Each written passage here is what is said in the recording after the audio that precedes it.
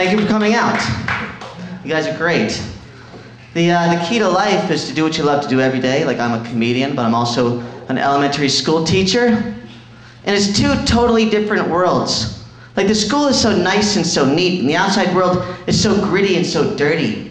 Like, I just did this gig in Mesquite, Nevada, in the middle of nowhere. I walked in this casino, I saw toupees, I saw mullets. I saw my first toupee mullet. Seriously, it's out there. I just walked up to it, took it off its owner's head. Tattooed on his dome was the Dale Earnhardt 3. It was a disgrace.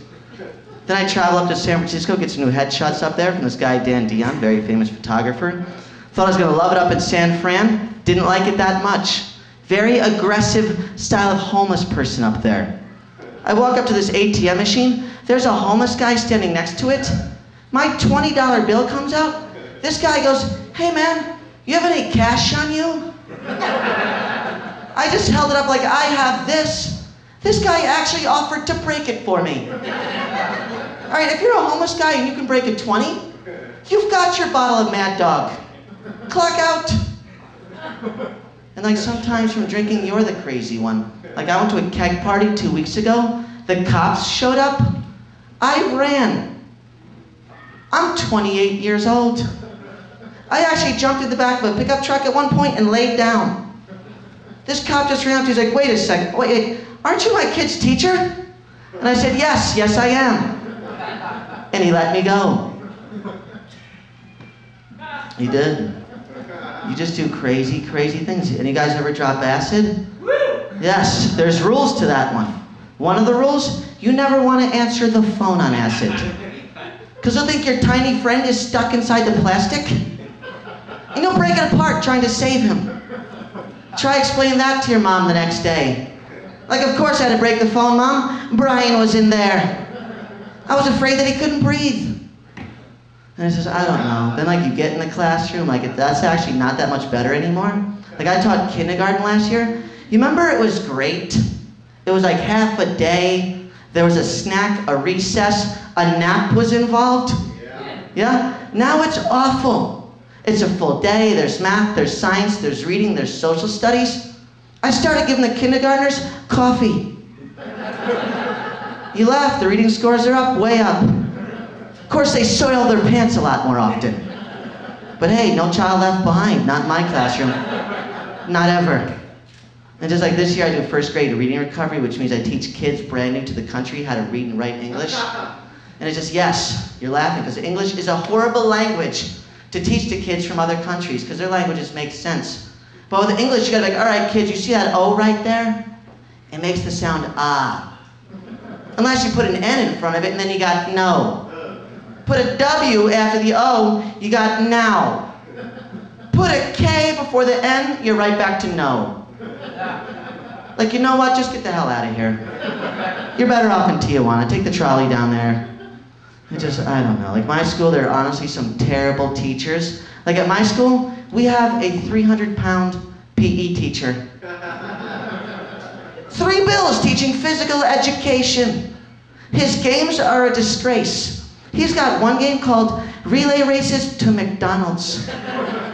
He's got another game called Sitting in a Chair and Breathing Heavy.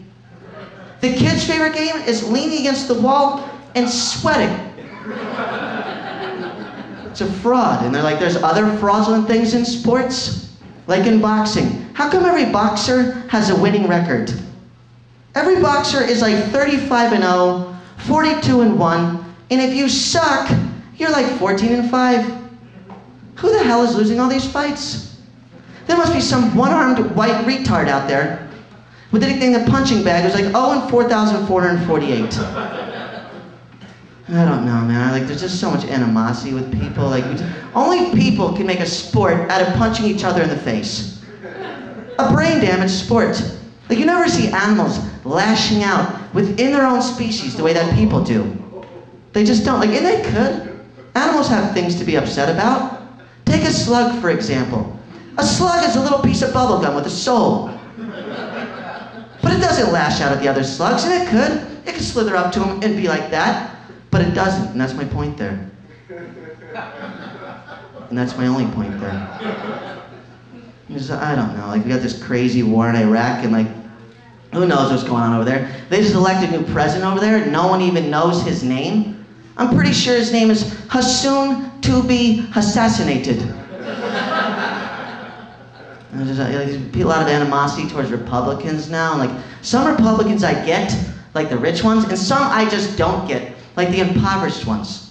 You ever meet someone completely impoverished who votes Republican? It's like, dude, you work at McDonald's making minimum wage. You should be voting communist. And I don't know, just like with all the war and just the crazy things, the terrible teachers out there, you have to be in a good relationship to survive this planet. But it's just tough. It's just like, there's a lot of temptation now trying to get you out of your relationship. And our products are starting to reflect this. We have this aero bed, this inflatable mattress you can just bring anywhere. I saw this commercial for the aero bed. They have clips of this girl loading it in and out of her trunk. All right, if you're about to sleep with a chick and she whips an inflatable mattress out of her trunk, you might want to think twice first, because you're probably the third guy that day. Still go ahead and do it. I would do it. I'm just saying think twice first, that's all. Girls just do crazy things. Like, girls get fake boobs like men were ever dissatisfied.